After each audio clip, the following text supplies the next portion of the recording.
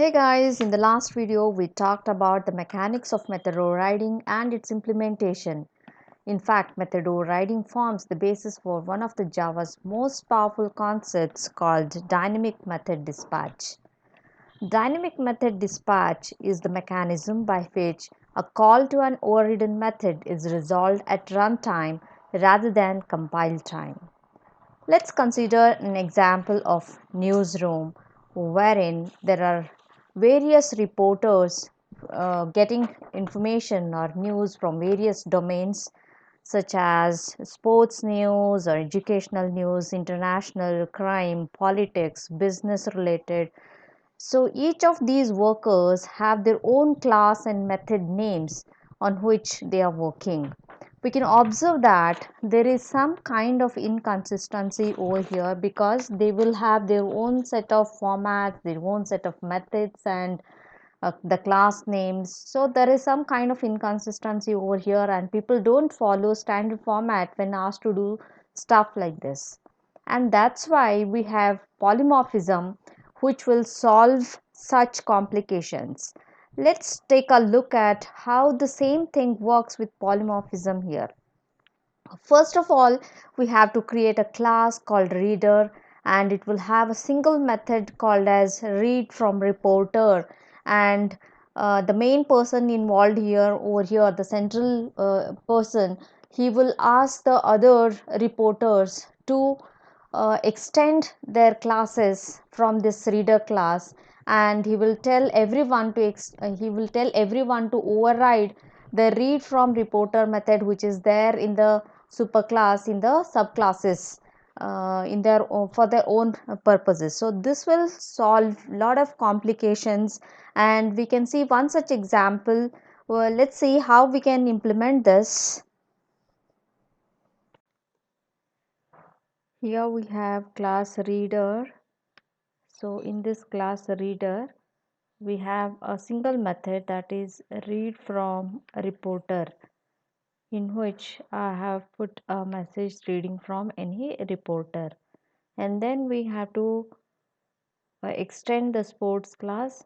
So sports class becomes the subclass of reader class, and here it is going to override the read from reporter which is there in the reader class. So here we are reading from sports reporter. Similarly, we have to have a subclass education to read educational news. So here also education class has been extended from reader class. So here also we are overriding the method read from reporter. So you can observe that instead of having different names for these methods, that will be very difficult. With polymorphism we can use the same name for the method, and that will be overridden from the superclass. So here again in the politics class also we have overridden the method read from reporter. So we have three subclasses here. One is politics and education.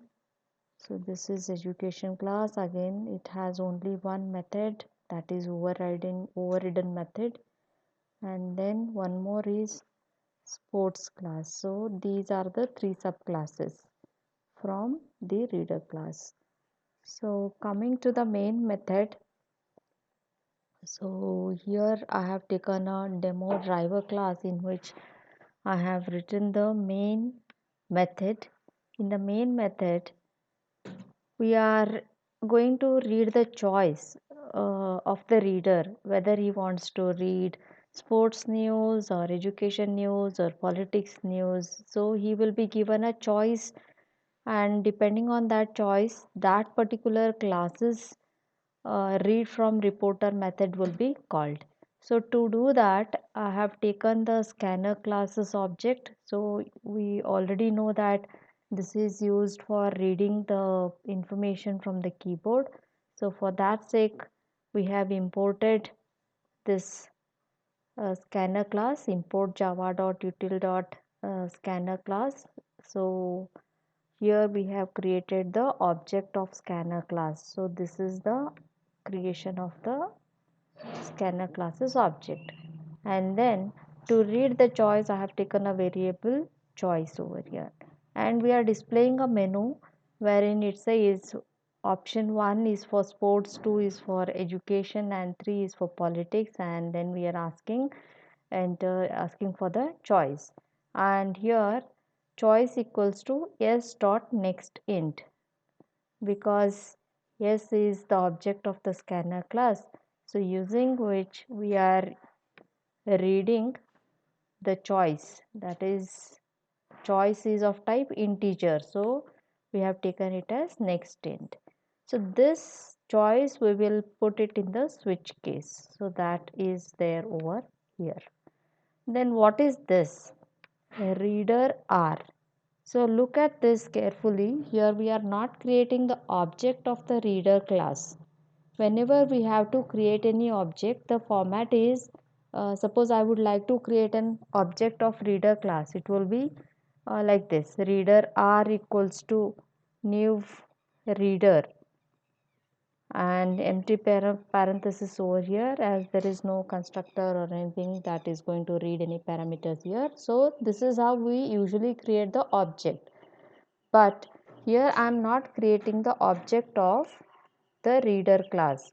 You know that reader is the superclass. I have just created a reference, so let's put a comment over here. It is a reference to superclass, reference to reader class, using which in case 1, 2, 3 we are creating objects of subclasses. Observe this, here I have written R equals to new sports. So what is R? R is reference to reader class, equals to new sports. So this is how we create the object of a class. So here we have created object of sports class, and we are assigning it to the super classes reference. That means super class is reference is pointing to object of sports class now. So now when we call this read from reporter method using the reference R, obviously it is going to call the read from reporter method from the sports class, because the super class is referring to the object of the sports class now. So this is what is going to be executed, this is what is going to happen at the runtime. So that's why this is called as dynamic method dispatch. So when the control goes to this statement r dot read from reporter, it will go to the definition that we have written in the sports class, that is read from reporter over here. So here we have only one statement, that is system.out.println, and it says reading from sports. So this has to be displayed. And if the users or the reader's choice is say 2, 2 is for education, so then it will go to case 2.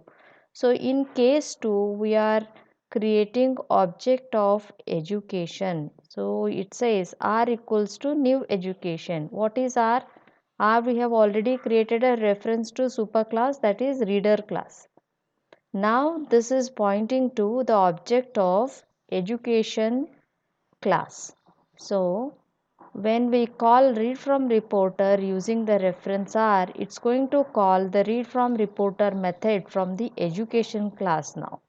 So here it will go to education class. Here also we have a read from reporter which is overridden from the uh, super class, that is reader class. So it is going to print reading from education.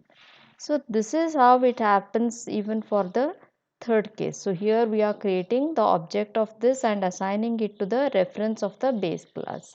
So like this you can have as many subclasses as per the requirement, and then you can create the objects of those subclasses and assign it to the reference of the superclass.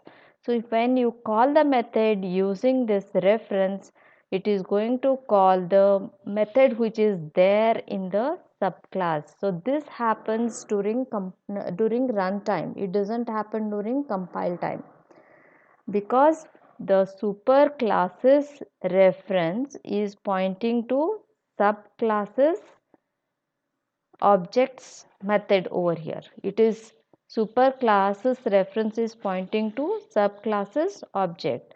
So when you call a method using the reference, it is going to call the method which is there in the subclass, not the one which is there in the superclass. So this happens during the runtime. That's why it is called as dynamic method dispatch.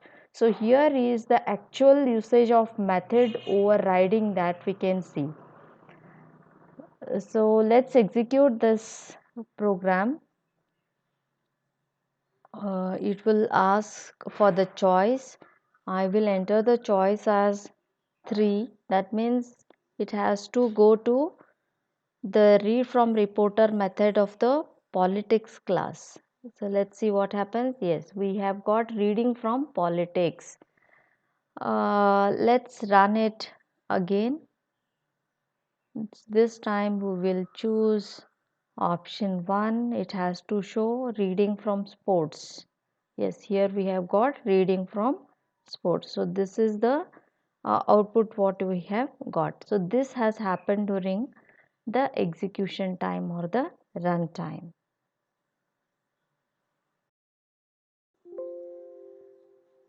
To conclude this, dynamic method dispatch is a principle in which a superclass reference variable can refer to a subclass object. Java uses this fact to resolve calls to overridden methods at runtime. In our example, we have seen that when an overridden method is called through a superclass reference, Java determines which version of that method to execute based upon the type of the object being referred to at the time of the call. Thus, determination is made at runtime. So that's all for now. We will meet in a next video with another concept. Till then, take care, stay home, stay safe. Bye bye.